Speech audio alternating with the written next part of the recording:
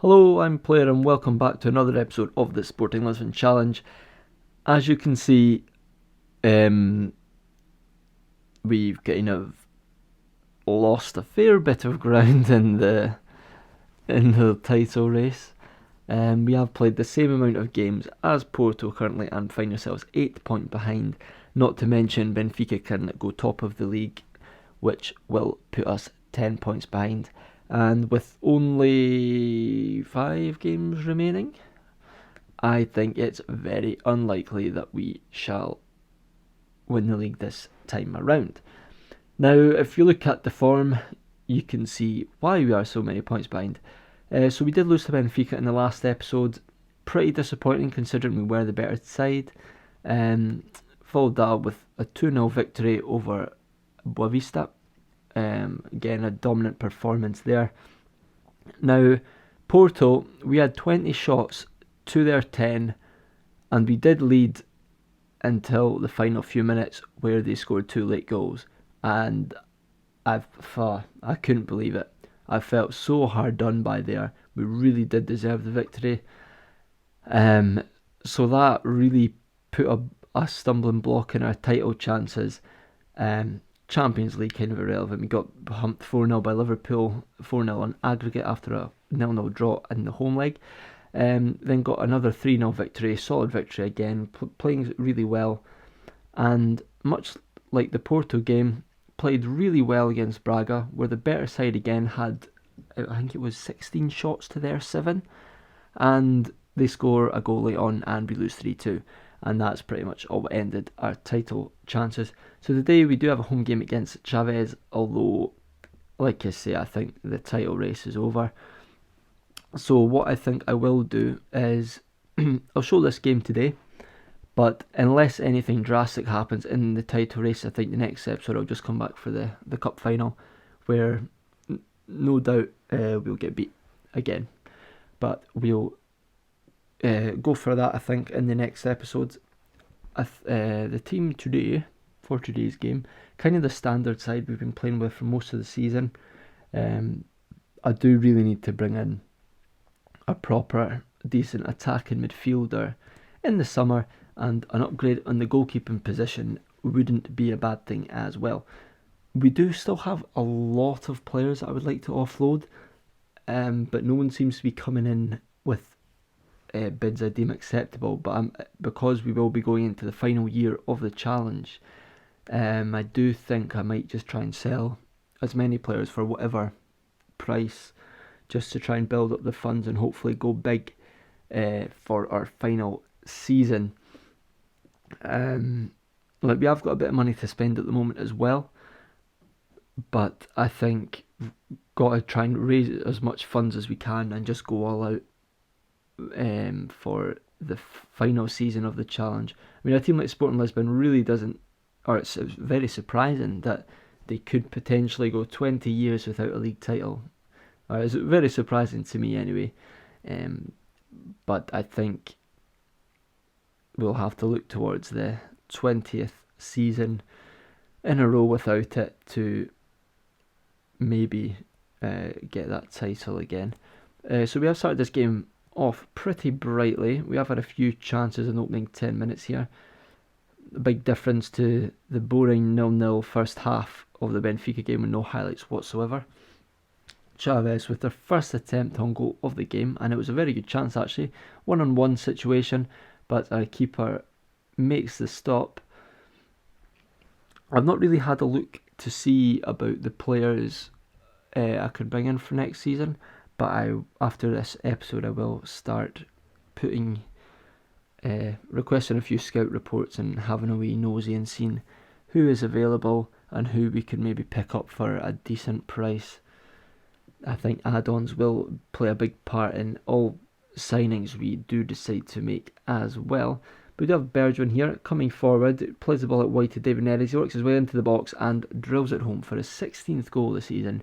He has been a fantastic signing and really the only one that's done exceptionally well. The rest have kind of been alright, but nothing too special.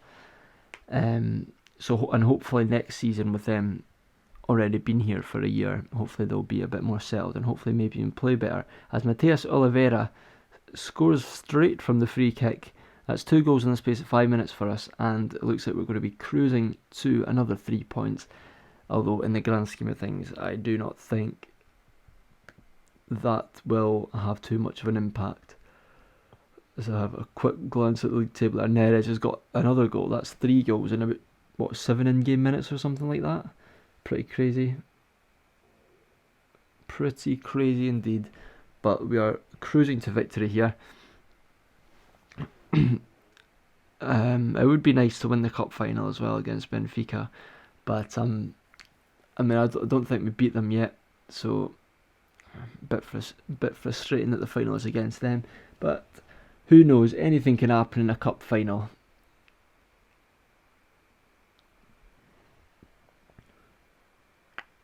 Not had a highlight for a wee while now. All the goals came so quick and fast. As Bergwijn taps one in at the back post. He will be flagged for offside. VAR has disallowed it. One thing about this FM, I don't really like. Well, obviously VAR should be included because it is a real thing, but it's just every outcome is so predictable. Because you know a goal's going to get disallowed because at the top of the screen in this bit it doesn't come up with like the goal, like X player scored, like I don't know, second goal of the year or whatever. Like that bit doesn't come up, so that's how you know the goal's been disallowed. And then when the ref goes to like view a VAR review, like for a penalty or something, I always feel like the penalty is always given, unless it's one of those that's like, oh, is it inside the box or is it outside the box? Unless it's one of them, like if it's a foul inside the box or a potential foul inside the box, I always feel it gets given as a penalty, and it's like it's just wasting my time just sitting here for an extra 30 seconds to give the decision that I know is going to be given. And Chavez warming the gloves with Koundé again, the South African. I think he'd be a decent backup goalkeeper for next season, so I am planning on keeping him on the books. I think he might actually be our only goalkeeper at the moment. No, I must. Oh wait, oops, help if I look to the right team. Yes, and that is the case actually. I'm not sure what happened to our backup goalkeeper. Or maybe he's playing with the reserves as well. I'm not too sure. Find it hard to imagine. I've played the whole season with just one goalkeeper, although maybe I have just forgotten to bring in another one. Thankfully it's not come and bit us in the arse of yet, but yeah, I'm looking forward to the new season. My mind's already cast ahead to next season and how to improve the team. I feel like this tactic will work. I just feel like we need the players to kind of fit it to get it going. Because Segundo Volantes aren't naturals in their positions either. And then Oliveira, although I think he said earlier he scored 8 goals this season, he's done well in that role, and he does have the stats for it. But I can't help but feel a more natural player there would do us the world of good. Another player on Neres' kind of calibre. His kind of calibre of player would be unreal, and I think we could really cause those bigger sides problems. Although mixed with a bit of luck against us, as Neres gets his 3rd of the game. That's a hat-trick, 5 minutes remaining. I do feel our luck was against us against Porto and Braga. On another day we would have held it or nicked a win in Braga and beaten Porto, and it would have been a totally different story. But hopefully we can sort things out in the summer as Felipe pounces on a poor back pass. He's not scored in a while, I don't think. That's his 100th career league goal, and it's 33rd of the season.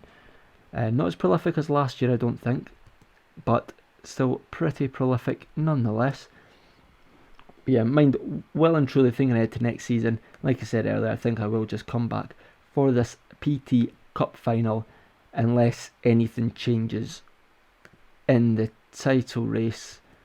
But yeah, we'll go for that. So thank you very much for watching. Hope you enjoyed. Leave a like if you did, and I'll see you next time. Goodbye.